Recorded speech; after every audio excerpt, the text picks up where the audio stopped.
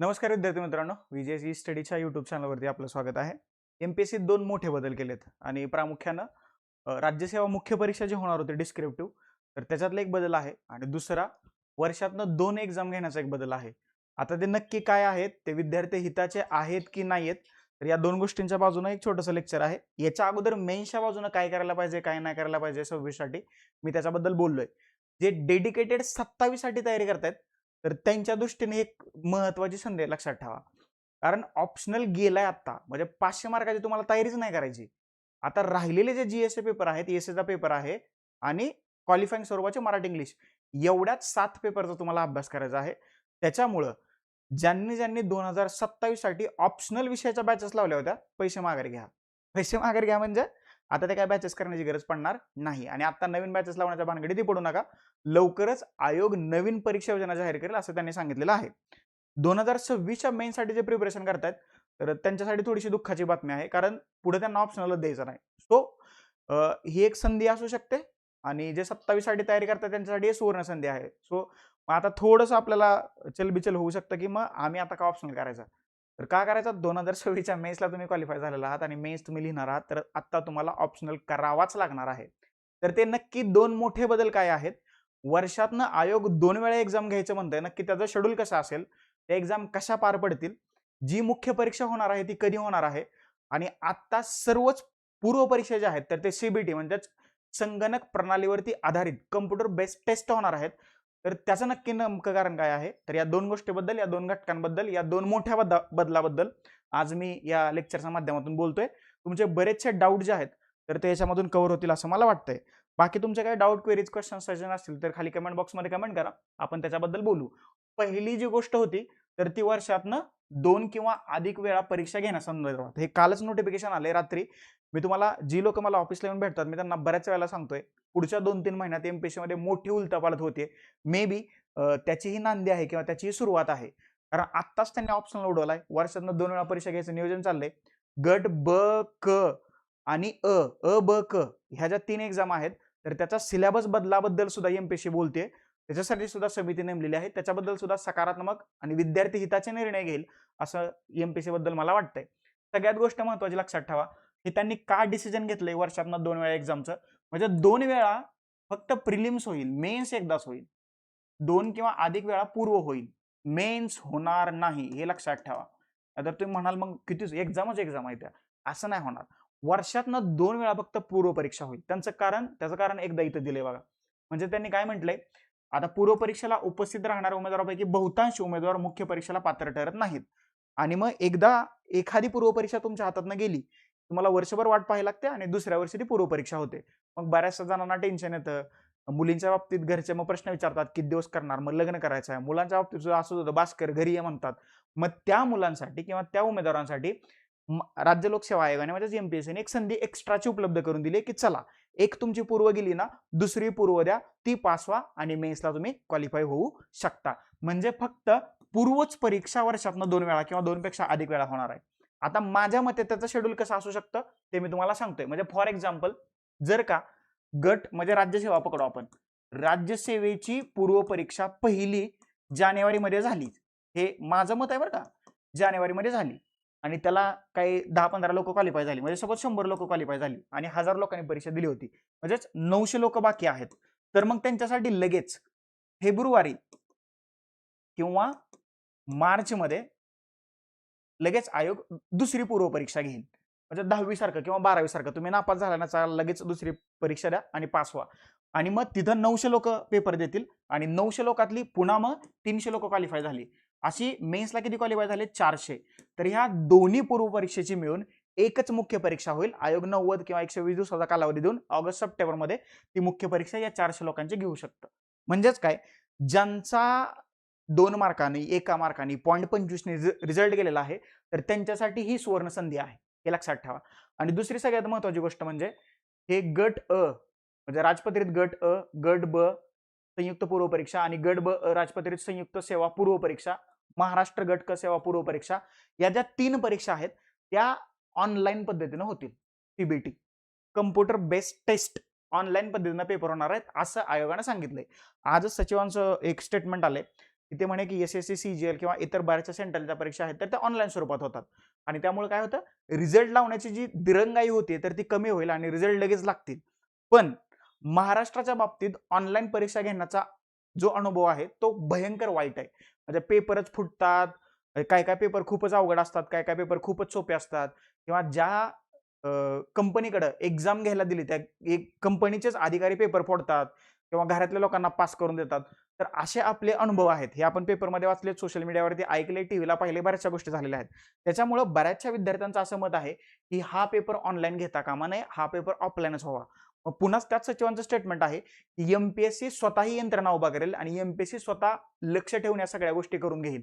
जर काही MPSCने स्वतःची यंत्रणा उभा केली तर मला वाटतंय ऑनलाईन पेपर चांगल्या पद्धतीने पार पडू शकतो. म्हणजे हे सुद्धा बघणं थोडंसं आपल्यासाठी औत्सुक्याचं राहील की MPSC स्वतःचं मेकॅनिझम किंवा यंत्रणा कशी उभा करणार आणि पेपर कसा घेणार. जर काही MPSCने ॲश्युरन्स घेतला की बाबा अजिबात काही चुकीची गोष्ट होणार नाही तर माझ्या मते CBT परीक्षा MPSC चांगल्या पद्धतीने पार पाडू शकते किंवा कंडक्ट करू शकते. बरोबर.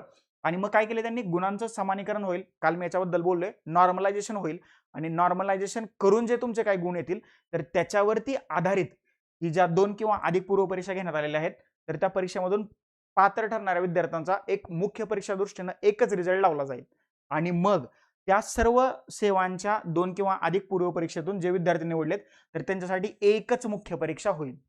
बरोबर. म्हणजे पूर्व 2 किंवा अधिक झाल्या तरी चालतील, परंतु म्हणजे फॉर एक्झाम्पल राज्यसेवेच्या 2 प्रिलिम झाल्या एका वर्षात, परंतु ह्या 2 प्रिलिमसाठी एकच मुख्य परीक्षा होईल, 2 मुख्य परीक्षा होणार नाहीत, हे लक्षात ठेवा. येते लक्षात? म्हणजे 10वी-12वी सारखं थोडक्यात. तुम्ही फेब्रुवारीला नापास झाला, मार्च द्या. तुम्ही मार्चला नापास झाला, जुलै-ऑगस्ट द्या, असं. येते लक्षात? प्रिलिम्स 2 किंवा अधिक होतील, परंतु जेवढ्या काही वर्षभरात प्रिलिम्स होतील त्याला अनुसरून एकच मेन्स होईल. हा मुद्दा महत्वाचा आहे. हे MPSC प्रिलिमसाठी आहे, याशिवाय गट ब, गट क पूर्वसाठी आहे आणि जेवढ्या इतर MPSC परीक्षा घेईल तर त्या सर्व पूर्व परीक्षांच्या बाबतीत आयोगाने हा निर्णय घेतलाय, ना की मुख्य परीक्षेच्या बाबतीत. म्हणजे हे जर का तुमच्या डोक्यात असेल, म्हणजे एकाच वेळेला गट ब पूर्व मुख्य 2-3 वेळा होईल असं होणार नाही, हे लक्षात ठेवा. एक पूर्व जे आहे तर तिथं 2 किंवा अधिक पूर्व परीक्षा होऊ शकतात, त्याच्यासाठी मात्र मुख्य परीक्षा एकदाच होईल, एकापेक्षा जास्त वेळा मुख्य परीक्षा होणार नाही. हे मला इथं क्लिअर करायचं होतं. समजलं? म्हणजे हे 2 वेळा काय एक्झाम घ्यायची, कशासाठी घ्यायची, आयोगाने इथं त्याची माहिती दिली आहे की उमेदवारांचं नुकसान होऊ नये, बऱ्याचशा लोकांना ही परीक्षा देता यावी आणि पोस्ट काढून चांगली नोकरी मिळत यावी, हा त्याच्या पाठीमागचा एक उद्देश आहे. राष्ट्रसेवा, देशसेवा, राज्याची सेवा त्यांना करता यावी, हा त्याच्या पाठीमागचा MPSCचा एक मोठा असलेला आपल्याला पाहायला मिळतंय. समजलं इथपर्यंत? All clear? आणि ही जी सगळी कार्यपद्धती आहे तर ती 2027 मध्ये ज्या पूर्व परीक्षा होणार आहेत तर त्या पूर्व परीक्षेपासून लागू होईल. म्हणजे 2026 वाल्यांनो तुम्ही गप्प अभ्यास करायचं गरजेचं आहे, म्हणजे त्यांच्यासाठी काही इथं फायदेशीर नाहीये. 2027 ला जे प्रिपरेशनला म्हणजे 2027 हा ज्यांचा अटेम्प्ट आहे तर त्यांच्यासाठी ही पद्धती जी आहे तर ती महत्वाची ठरणार आहे. म्हणजे 27 मध्ये जर का पहिल्या पूर्वमध्ये 0.25 ने मार्क रिझल्ट गेला, लगेच दुसऱ्या महिन्यात पूर्व, म्हणजे ते आता नक्की 2 पूर्वमध्ये अंतर किती ठेवणार? माझ्या मते जास्त अंतर नाही ठेवणार. जर का तुम्हाला दुसरी संधी देत असतील तर लगेच पेपर घेऊ शकतात. म्हणजे सपोज जानेवारीत पहिला पेपर पार पडला तर फेब्रुवारीत दुसरा पेपर पार पडू शकतो. कारण पुन्हा मग जास्त अंतर दिलं, पुन्हा त्याला पूर्वला जास्त मार्क येतील, पुन्हा रिझल्ट नॉर्मलायझेशनला बरेचसे अडथळे येऊ शकतात. त्याच्यामुळे ते मे बी लगेच घेऊ शकतात. म्हणजे कधी जर घेतली तर तुम्हाला दुसरी संधी दिली जाते, हे खूप जास्त महत्वाचं आहे. आलं लक्षात? हे 2 वेळा एक्झाम घ्यायचं, इथं आपण त्याच्याबद्दल बोललेलो आहे. आणि दुसरा महत्वाचा मुद्दा, राज्यसेवा मुख्य परीक्षा. आता हे सुद्धा 2027 पासूनच लागू होणार आहे, नॉट 26 पासून. म्हणजे ऑप्शनल जो काढलाय तर तो 2027 मधून काढलाय. आता 26 ला मात्र तुम्हाला हे असंच द्यावं लागणार आहे. म्हणजे मराठी इंग्लिशचे 2 पेपर, निबंधाचा 1 पेपर, GSचे 4 पेपर, ऑप्शनलचे 2 पेपर आणि मुलाखत 275 मार्कांची. बरोबर. अगोदर 3 ते 9 म्हणजे GSचे 2 पेपर, सॉरी GSचे 4 पेपर, एसएचा 1 पेपर आणि ऑप्शनलचे 2 पेपर, अशा 6 पेपरचे 1750 मार्क होत होते. 275 मार्कांची मुलाखत. आता किती पेपर आहेत? GSचे 4 पेपर, एसएचा 1 पेपर, म्हणजे 5 पेपरचे 1250 मार्क होतील आणि 1250 प्लस 275 असे 1525 मार्कांवरतीच तुमचा रिझल्ट लागेल, हे लक्षात ठेवा. त्यांनी कारण काय दिले बघा, तमिळनाडू, तेलंगणा, मध्य प्रदेश, गुजरात, राजस्थान, पंजाब, हरियाणा, उत्तर प्रदेश, बिहार या राज्यातले जे लोकसेवा आयोग आहेत तर तिथं ऑप्शनल सब्जेक्टच नाहीये, तिथं फक्त GSचे पेपर आहेत, एसएचा पेपर आहे. UPSCला मात्र ऑप्शनल आहे आणि मला वाटतं यावर्षी UPSC ऑप्शनल काढू शकते, हे माझं मत आहे, कारण चर्चा चालली तशी आणि बऱ्याचशा पोरांचंही मत आहे ऑप्शनल काय करतोय, जरा थोडंसं सॉफ्ट कॉर्नर ऑप्शनच्या बाजूने मिळतात. कधी कधी असं होतं, तुम्हाला माहिती आहे की PSR खूपच चालतो, खूपच मार्क मिळतात. कधी कधी अँथ्रोपॉलॉजीला चालतो, कधी जॉग्राफी चालतो, कधी हिस्ट्री चालतो. चालतं म्हणजे काय होतं की त्या वर्षी त्या विषयातल्या मुलांना जास्त मार्क पडतात. ओके, म्हणजे इथं 250 मार्काचेच पेपर आहेत GSचे. 250 पैकी 120 लय झाले मार्क, बरोबर. तुम्हाला इकडे तेवढीच रेंज असते आणि ऑप्शनल एखादा जर का सोपा आलाच त्या वर्षी, मग ऑप्शनलला मात्र तुम्हाला 500 पैकी 400 मार्क येतात. झालं, तुम्ही इतर मुलांपेक्षा प्लस मध्ये ठरता आणि तुम्ही रिझल्ट मध्ये येता. पण GS मध्ये तुम्हाला मार्क्स नसतात. म्हणजे त्यांचं मत आहे की काही लोकांवरती अन्याय होतोय. म्हणजे एखाद्या वर्षी जर का PSR ला जास्त मार्क आले आणि GS ला तुम्हाला कमी आले, तर तुम्ही इंटरव्ह्यूला क्वालिफाय होता आणि तुम्ही पोस्ट होल्डर होता. त्याच्यामुळं ऑप्शनल अन्यायकारक आहेत किंवा वैकल्पिक विषय अन्यायकारक आहेत असं आयोगाचं मत आहे. त्याच्यामुळं 2027 पासून ही नवीन परीक्षा योजना असेल, त्याच्यामध्ये मराठीचा एक पेपर असेल आणि इंग्लिशचा एक पेपर असेल. हे 2 पेपर जे आहेत तर ते क्वालिफाईंग स्वरूपाचे आहेत. 300 मार्काचे 2 पेपर आहेत, त्याच्यापैकी तुम्हाला 300 पैकी 25 मार्क 25% मार्क घ्यायचे. त्याच्यानंतर निबंधाचा पेपर मराठी आणि इंग्लिशमध्ये असतो. तो सामान्य अध्ययन पेपर 1, पेपर 2, पेपर 3, पेपर 4 हे GSचे 4 पेपर आहेत. ऑप्शनल त्यांनी काढलाय. 275 मार्काचा इंटरव्ह्यू तसाच ठेवला त्यांनी. म्हणजे तुमचा इंटरव्ह्यू जो होईल MPSCचा आता खूप चांगला होईल. 275 मार्क म्हणजे ही खूप मोठी मार्क आहेत आणि 275 मार्काचा इंटरव्ह्यू आणि 1250 मार्काचे रिटर्न असा तुमचा एकूण निकाल जो आहे तर तो 1525 मार्कांचा लागेल. तुर्तास 2026 साठी हेच अलीकडचं शेड्यूल आहे, हे लक्षात ठेवा. त्याच्यामुळं 2027च्या मुख्य परीक्षेला ऑप्शनल नसेल, ही गोष्ट तुम्ही लक्षात घ्यायची आहे. हे राज्यसेवेच्या बाबतीत आहे.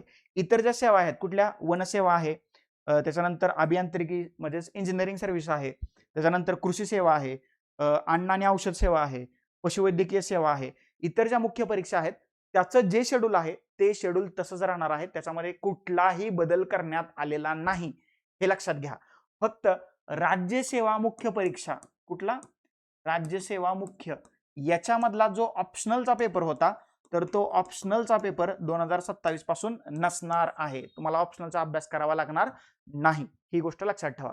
तर MPSCने हे 2 मोठे बदल केलेले आहेत आणि आय होप हे विद्यार्थ्यांना आवडतील आणि याच्यातनं विद्यार्थ्याचं हितच साधलं जाईल असं मला वाटतं. त्याच्यामुळे 2027 साठी जे तयारी करतायत तर त्यांनी लक्षात ठेवा, वर्षातनं 2 वेळा 2 किंवा अधिक वेळा तुम्हाला प्रिलिम्स देता येणार आहे, परंतु एकच मेन्स देता येईल आणि तुम्हाला आता ऑप्शनलचा अभ्यास करावा लागणार नाही. वर्षातनं 2 वेळा जी प्रिलिम देता येईल तर ती गट ब, गट क, राज्यसेवा सगळ्यांनाच लागू आहे. त्यामुळं जर का 0.25 ने प्रिलिम्स राहिली, मेन्स राहिली, सॉरी प्रिलिम्स राहिली, तर तुम्ही लगेच दुसऱ्या महिन्यात प्रिलिम्सला तयार व्हा आणि 0.25 मार्काचं लीड घेऊन पुन्हा मेन्सला क्वालिफाय व्हा. तर हा चांगला डिसिजन आहे असं मला वाटतंय. फक्त पेपर जे ऑनलाईन होणार आहेत या बाबतीत मात्र विद्यार्थी नाराज आहेत. परंतु बघू आता आयोग त्याच्याबद्दल काय डिसिजन घेते आणि मला अजूनही असंच वाटतंय, आयोग जो निर्णय घेईल तर तो विद्यार्थी हिताचा असेल, त्याच्यातून जास्तीत जास्त विद्यार्थ्यांना फायदाच होईल असं मला वाटतं. बघू 1-2 दिवसात आयोग त्याच्याबद्दल त्यांचं नोटिफिकेशन आहे किंवा त्यांचं मत जे आहे तर ते मांडेल आणि चांगले डिसिजन घेतले जातील. या बाजूने जर का तुम्हाला अजूनही काही डाऊट, क्वेरीज, क्वेश्चन, सजेशन असतील ते नक्की माझ्यापर्यंत पोहोचवा. त्याच्याबद्दल आपण चर्चा करू आणि परीक्षेच्या बाजूने अधिकाधिक माहिती तुमच्यापर्यंत पोहोचवण्याचा प्रयत्न करू. तुर्तास आता आपण इथे थांबूया. Thank you so much. धन्यवाद मित्रांनो. नेक्स्ट लेक्चरमध्ये आपण भेटूयाच.